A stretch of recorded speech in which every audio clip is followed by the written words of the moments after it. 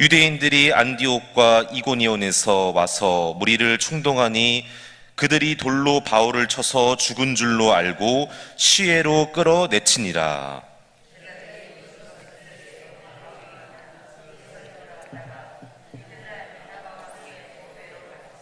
복음을 그 성에서 전하여 많은 사람을 제자로 삼고 루스드라와 이고니온과 안디옥으로 돌아가서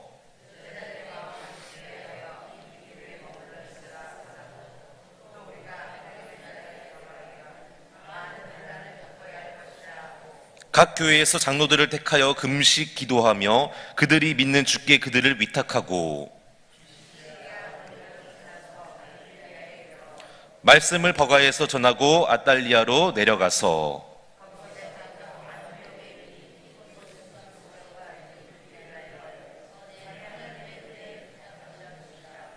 그들이 이르러 교회를 모아 하나님이 함께 행하신 모든 일과 이방인들에게 믿음의 문을 여신 것을 보고하고 제자들과 함께 오래 있으니라. 아멘. 네, 오늘 월요일 새벽에 나오신 여러분 모두에게 주님의 은혜가 풍성케 되기를 간절히 소망합니다. 예, 오늘 또 본문의 말씀을 통해서 같이 하나님 은혜 나누기를 원하는데요. 특별히 오늘 말씀에 보면은 이제 이 사도 바울과 바나바가 정말 큰 어려움을 당하게 되는 그런 내용이 나오게 됩니다. 우리가 예수님을 믿고 주님과 동행하면서 내 인생길을 걸어가면은 항상 좋은 일이 생겨야 되고 잘 되고 어려움이 찾아오지 않고 고난이 없고 형통하게 이런 일들만 가득해야 되는데 또 때로는 그런 길을 믿음의 길을 걷다 보면은 오히려 오늘 본문에 나오는 것처럼 이렇게 어려움과 고난이 또 찾아오게 될 때가 있다는 것입니다. 주님께서 함께 하시는 그 믿음의 길을 걸어가는 그 여정에도 항상 평탄하고 형통하고 잘 되는 일만 있는 게 아니라 오늘 이렇게 사도 바울과 바나바가 지금 어려움 당하고 고난 당한 것처럼 이러한 순간들도 때로는 찾아올 때가 있다는 거예요. 없는 게 아니라 있다는 거예요. 그러나 중요한 것은 그때 이제 이 바울과 바나바가 어떻게 했느냐, 그 위기의 순간을 어떻게 이겨내느냐가 참 중요한데요. 특별히 오늘 그 전에 우리 19절의 말씀을 보면은 이 유대인들이 안디옥과 이고니온에서 와서 무리를 충동하니 그들이 돌로 바울을 쳤다, 이런 말이 나오게 됩니다. 그래서 여기서 말하는 그들이 누구일까요? 바로 몇 주 전에 살펴봤던 바울과 바나바를 그렇게 신처럼 막 높여주고 우리가 당신 앞에서 제사하겠다고 그러고 막 좋게 봐주고 신처럼 떠받들려고 했던 그 사람들이 바로 오늘 이 사람들이라는 거예요. 그때 자신들 앞에서 이렇게 기적을 행하면서 걷지 못했던 사람을 걷게 해주니까 이 사람들이 제우스 신이구나, 헤르메스 신이구나 이러면서 우리가 당신들을 신처럼 여깁니다. 막 와갖고 엎드리고 절하고 경배하고 높여주고 이랬던 사람이 유대인들이 조금 이렇게 충동했다고, 여기서 충동이 뭐냐면 설득했다는 거예요. 어떤 사람들의 말에서 설득당하니까 한순간에 사람이 바뀌어갖고 돌로 쳐서 죽이려고 하는 사람으로 바뀌게 되었다는 것입니다. 그래서 여기서 아주 중요한 교훈을 우리가 한 가지 얻을 수 있는데, 바로 세상에서 이런 사람들로부터 오는 인기나 어떤 여론이나 누군가의 칭찬이나 나를 높여주는 그런 것들은 절대로 영원히 가지 않는다는 거예요. 사람은 언제 어떻게 한순간에 바뀔 수 있는 게 사람이기 때문에 내가 믿었던 사람이 또 나를 배반할 수도 있는 거고, 그렇게 나를 좋다고 좋아해주고 칭찬해주고 사랑해줬던 사람이 언제 어떻게 어떤 사건 때문에 바뀌어서 오늘 이 사람들처럼 나를 향해서 오히려 돌을 던지고 나를 핍박하고 나에게 고난을 주는 그런 사람으로 바뀔 수 있다는 것을 오늘 성경은 말하고 있습니다. 그래서 오늘도 여기 마찬가지로 바울과 바나바를 그렇게 신처럼 높여주고 떠받들어주고 좋게 봐줬던 그런 사람들이 지금 일주일도 안 지났거든요. 불과 일주일도 안 지났는데 갑자기 사람들이 변해서 이제는 돌을 쳐서 어느 정도로 죽은 사람처럼 보일 정도로 그 정도로 돌을 던졌다는 거예요. 그래서 우리가 여기서 알아야 될 것은 세상의 그런 인기나 명예나 권력은 잠시 잠깐이라는 거예요. 이게 오래 갈 것 같고 영원히 지속될 것 같지만 아무도 모른다는 것입니다. 언제 어떻게 한순간에 다 사라질 수도 있는 게 세상의 인기나 명예와 권력인데, 그렇다면 영원히 나와 함께 해주시는 분이 누구십니까? 예수님 한 분밖에 없는 줄로 믿습니다. 그래서 우리가 예수님만 믿어야 되는 거예요. 사람을 믿고 사람을 의지하면 안 된다는 거예요. 그 사람, 내가 믿었던 사람, 내가 좋아했던 그 사람이 언제 어떻게 변해서 나를 향해서 돌을 던질지 아무도 모르기 때문에 사람은 사랑을 베풀 대상이지 믿음의 대상이 아니라는 것입니다. 오직 예수님 한 분만 잘 믿고 예수님 한 분만 영원히 의지하시는 여러분 모두가 되시기를 간절히 소망합니다. 그 예수님이 오늘도 변하지 않고 영원토록 나와 세상 끝날까지 함께 해주시고 놀라운 은혜와 사랑으로 축복해 주실 줄로 믿습니다. 자, 그렇습니다. 오늘 그래서 이제 여기서 바울이 어떻게 됐습니까? 이제 바울과 바나바가 돌에 맞아서 사람들이 거기 말씀해 보니까 죽은 줄로 알았다. 여러분 한번 상상을 해보세요. 돌에 맞았는데 죽을 정도로 맞으려면 어느 정도로 맞아야 될까요? 정말 심하게 너무나 어려움을 당한 거예요. 지금 여기서 돌이 이런 작은 돌이 아니에요. 막 이런 조그만 조약돌이 아니고 사람 머리통만한 그런 돌을 막 다들 던져가지고 그것도 수십 명이 같이 한꺼번에 여기저기서 던지니까 이렇게 된 거예요. 그래서 지금 보면은 바울이 그런 고난을 당했는데 어떨 것 같습니까? 그런 내가 주의 말씀에 순종해서 내가 정말 주님의 말씀에 뜻 가운데 순종하고 내가 주님 앞에 헌신하고 섬기고 열심을 다해서 주를 위해 살았는데 다가온 게 뭡니까? 이런 고난이고 보통 고난이 아니지 않습니까? 죽을 정도로 어렵고 힘든 고난이 다가왔는데 그때 바울의 마음이 얼마나 두 번 다시 복음이고 뭐고 다 내려놓고 이제 나는 주님의 말씀 순종하지 않겠다, 복음 전하지 않겠다 이래야 되지 않습니까?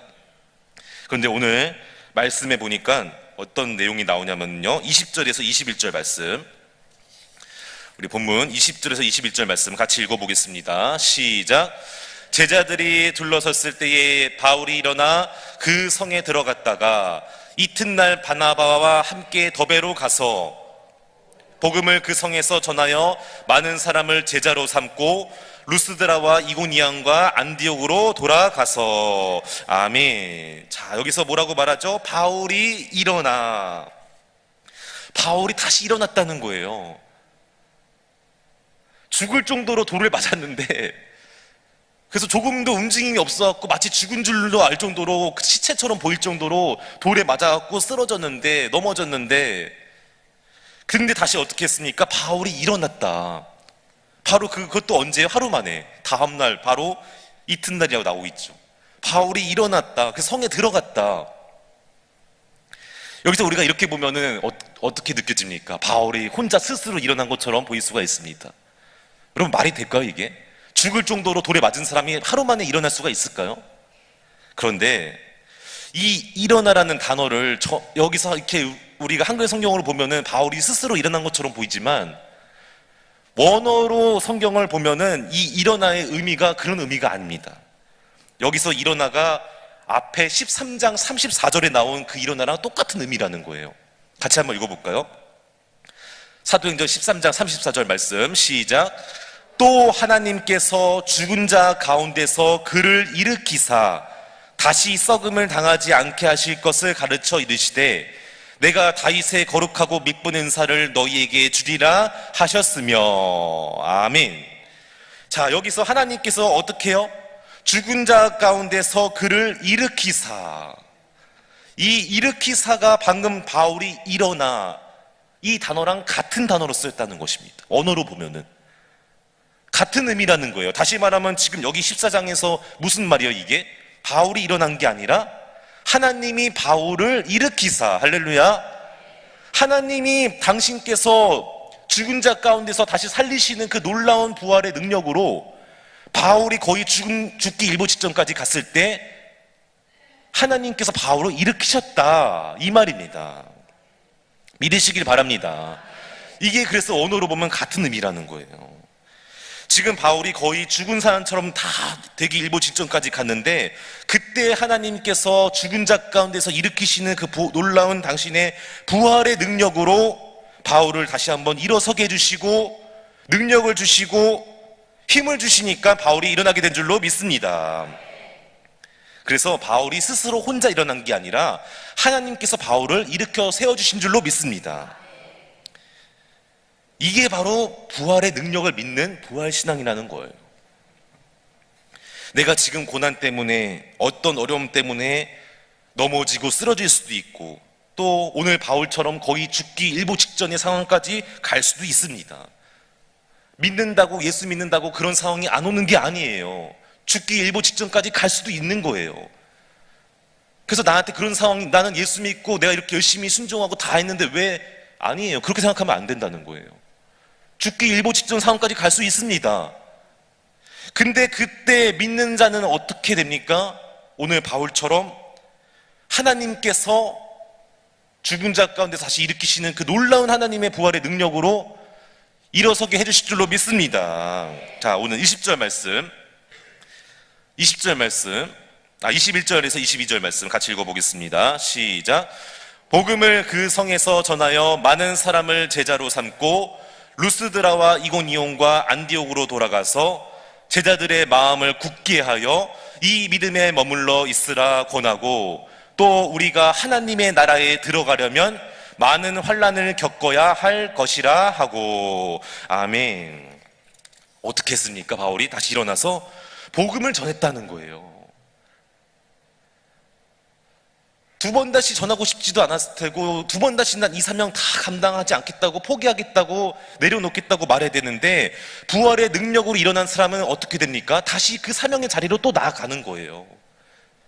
나에게 돌을 던졌던 사람들이 여전히 그대로 있는데, 바뀐 건 하나도 없는데, 다시 또 그 고난의 자리로, 나를 힘들게 하고 어렵게 했던 그 죽음의 위기에 있었던 그 자리로 또 나아가서 다시 또 복음을 전하는, 이게 바로 부활의 능력의 신앙으로 살아가는 사람인 줄로 믿습니다.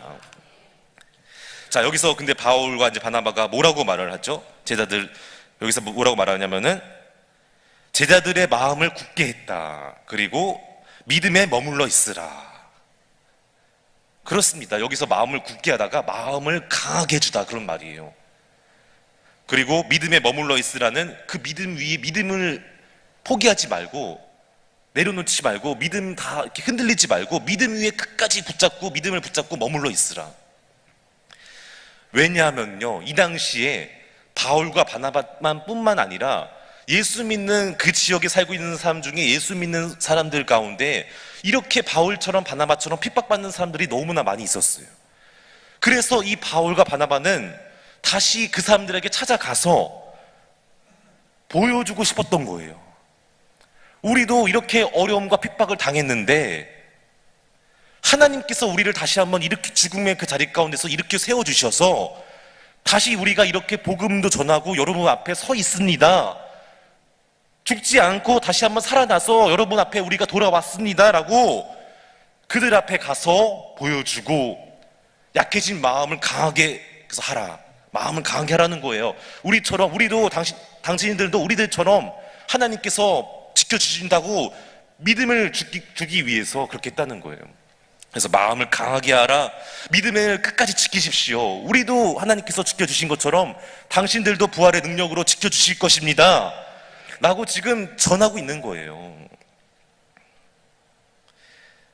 그래서 우리도 오늘 이 하나님께서 바울과 바나바에게 해주신 것처럼 정말 물론 그런 고난이 없는 분도 계실 수 있습니다. 형통하게 잘 되는 분도 있지만 반대로 오늘 바울처럼 이렇게 힘든 분도 계시잖아요. 그런 분들은 오늘 이 말씀 붙잡고 포기하지 마시고, 믿음을 포기하지 마시고, 마음이 연약해지지 마시고, 다시 한번 부활의 소망으로, 신앙으로, 능력으로 마음도 강하게 하시고 믿음의 위에 머물게 되시기를 간절히 소망합니다.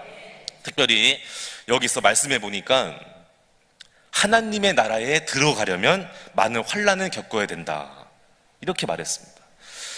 저는 이 말씀을 보면은 하나님의 나라에 들어가려면 고난을 겪어야 된다, 무슨 고난을 이게 무슨 조건절 같이 보이는 거예요. 들어가려면은 고난을 겪어야 된다? 그럼 뭐 들어가지 않으려면 고난 안 겪으면 됩니까? 좀 이게 번역이 좀 이상한 것 같아갖고 원어의 의미로 이렇게 한번 봤는데, 또 영어 성경을 봤는데 전혀 다른 의미였습니다. 우리 한글 성경으로 번역이 되면서 좀 의미가 바뀌었어요. 사실 이게 그런 의미가 아닙니다.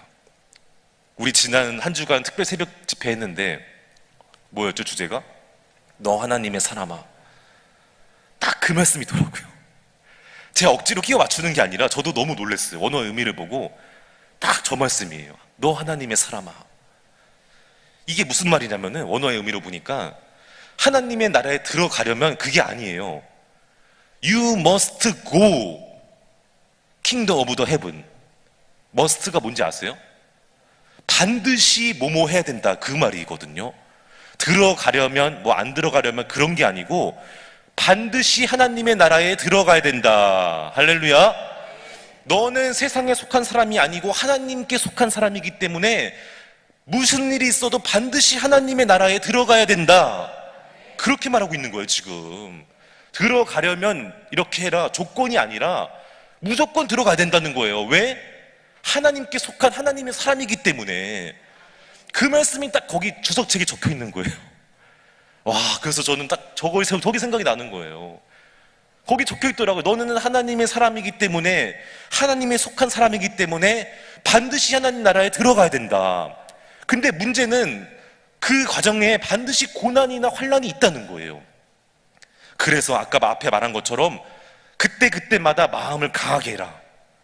나는 반드시 하나님 나라에 들어가야 되는데 이 고난도 반드시 다가오는데 마음이 약해져서 믿음 포기하지 말고 그때 고난 만날 때마다 마음을 강하게 하고 믿음 위에 머물러서 반드시 하나님의 나라에 들어가야 될 줄로 믿습니다. 들어가도 되고 안 들어가도 되고가 아니라 반드시 들어가야 될 줄로 믿습니다. 그래서 어려움이나 문제가 왔을 때 예수 믿는 믿음 다 포기하고 마음도 연약해져서 내 인생 다 내려놓고 그게 아니라 오늘 바울처럼 돌에 맞아 죽을 뻔했지만 살려주시는 그 하나님의 부활의 능력이 우리에게도 있잖아요. 믿으시기를 바랍니다. 그 능력을 믿고 소망을 갖고 다시 한번 그 죽음의 위기 자리의 가운데에서 일어서게 하나님께서 은혜를 우리에게 주실 줄로 믿습니다. 그때 우리가 다시 한번 바울처럼 살아나게 되고 주님이 맡겨주신 사명도 감당하게 되고 복음도 전하게 되고 예수님 위해서 내 삶을 온전히 믿음으로 드릴 수 있는 귀한 분들 다 되실 줄로 믿습니다. 말씀을 맺겠습니다. 오늘 바울이 고난이 없었던 게 아닙니다. 고난이 있었는데 이런 상황 가운데서 다시 한번 하나님이 일으켜 세워주셨고 특별히 다시 한번 바울이 거기서 끝난 게 아니라 다시 여전히 그 상황 가운데 있는 사람들에게 찾아가서 하나님의 이런 놀라운 은혜를 전하고 다시 한번 그들에게 믿음을, 소망을 세워주는, 더하여주는 그러한 하나님께 쓰임받는 사람이 되었는데 저 여러분 모두에게도 이러한 은혜가 있게 되기를 간절히 소망합니다. 그래서 어떤 환난이나 고난이 다가올지라도 나는 반드시 하나님 나라에 들어가야 된다. 나에게 주신 하나님의 그 믿음과 부활의 능력으로 내가 모든 고난 다 이겨내고 하나님께 속한 사람으로 내가 하나님 나라에 들어가는 그날까지 끝까지 내가 주님 은혜로 주님 주신 능력과 힘으로 살아야 될 줄로 믿습니다. 그런 은혜가 여러분과 저에게 다 있게 되기를 주님의 이름으로 축복합니다. 기도하겠습니다.